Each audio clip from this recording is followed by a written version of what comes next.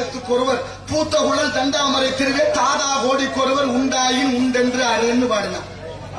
பாண்டிய மன்னனுடைய சபையில பொற்சங்கிலி, அதாவது சங்கிலியால இரும்பு சங்கிலியில பொன் முடிச்சு, அது 5 சங்கிலி, இரும்பு சங்கிலி அருந்து விழுங்க, அப்படி பாட்டு பாடணும்.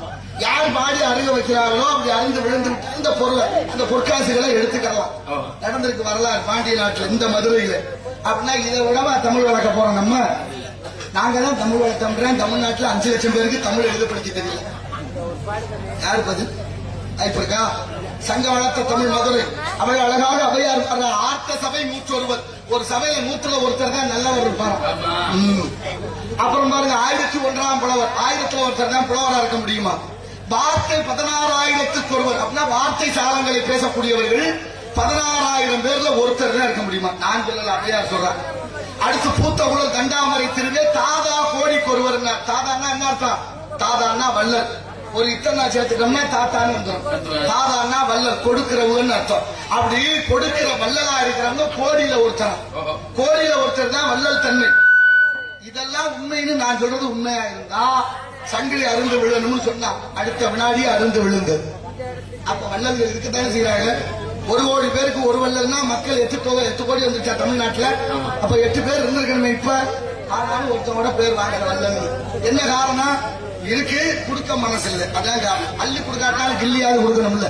அப்படி உயர்ந்த பாடல்களை ஔவையார் நமக்கு அள்ளி வழங்கி இருக்கிறார். வாடிய வயிறை கண்ட போதெல்லாம் வாடினேர் இறைவா என்று வள்ளலார் பிறந்த பூமி.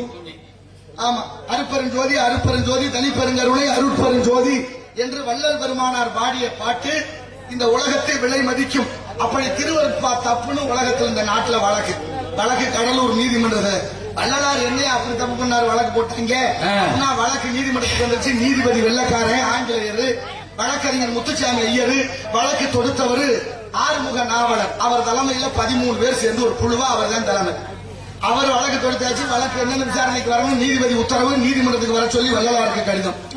இப்ப வள்ளலார் என்ன தப்பு பண்ணாரு? அப்படி என்ன பெரிய தப்பு பண்ணாரு நான் கேட்கிறேன். இல்ல தமிழ்நாட்டுல இந்த மலையை புறம் உடச்சு வச்சிருப்பாரா? இல்ல ஆத்து மண்ணள்ளி வித்தாரா? இல்ல இயற்கை வளங்களை கொள்ளையடிச்சாரா? அதை செஞ்சேன் பூரா வெள்ளையும் கிழமை மரியாதையோட தெரியும்.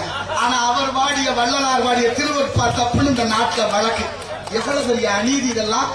இன்னைக்கு அத்தனையும் கண்ணுக்கு முன்னால தப்புன்னு தெரியுது. வாய் மூடி பேசாம இருக்கும். கொடுக்குற 1000 2000க்கு அத்தோட வாய முடிச்சு நாம கிணத்துக்கு பெரிய இடத்து பொல்லாப்பு. அப்புறம் வள்ளலார் நீதிமன்றத்துக்குள்ள நுழைஞ்சாரு. உட்கார்ந்து இருந்த எல்லாரும் எந்த திறனு கும்பிடுறாங்க. நீதிபதி உள்பட, ஆறுமுக நாவலர் உள்பட, வழக்கறிஞர் உள்பட.